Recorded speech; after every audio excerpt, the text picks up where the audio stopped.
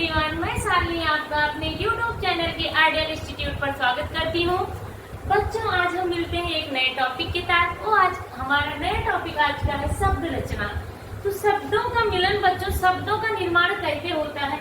दो वर्णों को, दो या दो से अधिक वर्णों को मिला के एक शब्द की रचना होती है। तो हम देखते हैं कि शब्द कितने प्रकार के होते हैं। तो हमारे शब्द जो होते हैं बच्चों को 4 प्रकार के होते हैं। नंबर 1 है उत्पत्ति के आधार पर, स्रोत के आधार पर, इतिहास के आधार पर शब्दों का वर्गीकरण।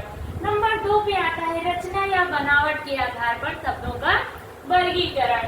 नंबर 3 पे आता है रूप या प्रयोग के आधार पर शब्दों का वर्गीकरण। नंबर 4 पे आता है अर्थ के आधार पर शब्दों का वर्गीकरण। अब एक करके हम सारे प्रकारों पे बात करते हैं। तो नंबर पहला हमारा आता है बच्चों रचना या बनावट के आधार पर शब्द। नंबर 1 हम पढ़ेंगे आज रचना या बनावट के आधार पर शब्द। रचना या बनावट के आधार पर शब्द।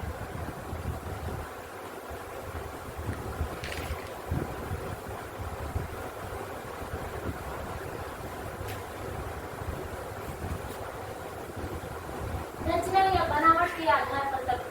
बच्चों, रचना या बनावट के आधार पर शब्दों को 3 भागों में बांटा गया है। इसके कितने भाग हैं? 3 भाग हैं। ठीक है, एक करके सारे भागों पे हम बात करते हैं। तो नंबर 1 बच्चों आता है हमारा, इसमें नंबर रचना के आधार पर नंबर 1 आता है हमारा कौन सा? रूढ़ शब्द आता है। कौन सा? रूढ़। नंबर 1 हमारा आता है शब्द रचना के आधार पर रूढ़ शब्द। ये वह शब्द होते हैं बच्चों जिनका हम सार्थक विखंडन नहीं कर सकते हैं, या कह सकते हैं ऐसे शब्द